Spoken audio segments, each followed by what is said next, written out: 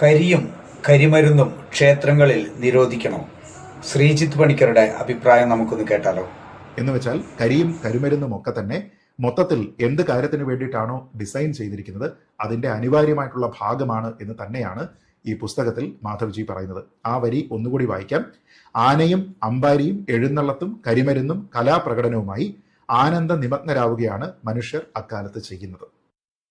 അതുകൊണ്ട് ഇതിൽ കുറ്റക്കാരായിട്ടുള്ളത് എൻഫോഴ്സ്മെന്റ് അതോറിറ്റിയാണ് എന്ന് നിസ്സംശയം പറയാവുന്ന ഈ ഒരു ഘട്ടത്തിൽ ആ ഉത്തരവാദിത്തത്തിൽ നിന്ന് കൈ കഴുകി മാറി നിൽക്കുന്നതിന് വേണ്ടി ശ്രമിക്കുന്ന ആൾക്കാരുടെ ഉദ്ദേശം മനസ്സിലാക്കുക.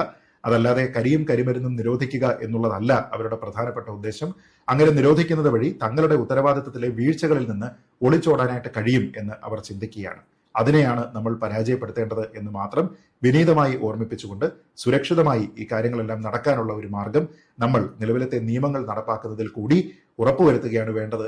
ഈ പറഞ്ഞിരിക്കുന്ന എല്ലാ കാര്യങ്ങളിലും കരിയോ കരിമരുന്നോ അല്ല വില്ലൻ, മറിച്ച് എൻഫോഴ്സ്മെന്റ് അതോറിറ്റിയാണ് വില്ലൻ.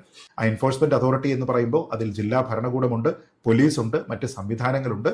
ഈ പോലീസിന്റെ ഒക്കെ ഭാഗമായിരുന്ന ആൾക്കാർ ഇതൊക്കെ തന്നെ വലിയ ഉത്തരവാദിത്തമാണ്, മെനക്കേടാണ്, തങ്ങൾക്കെതിരെ ആരോപണം ഉണ്ടാകും എന്നുള്ള ഒരു തോന്നലിന്റെ അടിസ്ഥാനത്തിൽ ഇതിനെ മൊത്തത്തിൽ അങ്ങ് നിരോധിക്കാം എന്നുള്ള ഒരു സ്റ്റെപ്പാണ് ഇപ്പോൾ എടുക്കുന്നത്. തങ്ങളുടേതായിട്ടുള്ള പിടിപ്പുകേടിന് ഈ ഒരു സമ്പ്രദായത്തിനെ മൊത്തത്തിൽ അങ്ങ് ബാൻ ചെയ്യണം എന്നാണ് ഇവരിൽ പലരും നമ്മളോട് പറയുന്നത്.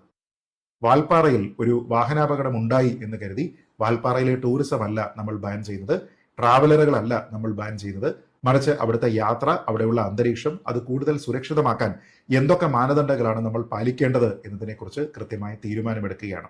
ഇപ്പൊ ഇതിൽ ഏറ്റവും കൃത്യമായി ചെയ്യേണ്ടത് ഈ 2008 എക്സ്പ്ലോസീവ് റൂൾസ് എന്താണോ അതിൽ പറയുന്ന കാര്യങ്ങൾ, പ്രത്യേകിച്ച് റൂൾ നമ്പർ 126 പറയുന്ന കാര്യങ്ങൾ കൃത്യമായിട്ട് എൻഫോഴ്സ് ചെയ്യുക എന്നുള്ളതാണ് പ്രധാനം. അരി പൊടിക്കുന്ന ഒരു മില്ല് തുടങ്ങണമെങ്കിൽ എന്തൊക്കെ ലൈസൻസ് ചട്ടവും പാലിക്കണമെന്ന് നമുക്കറിയാം.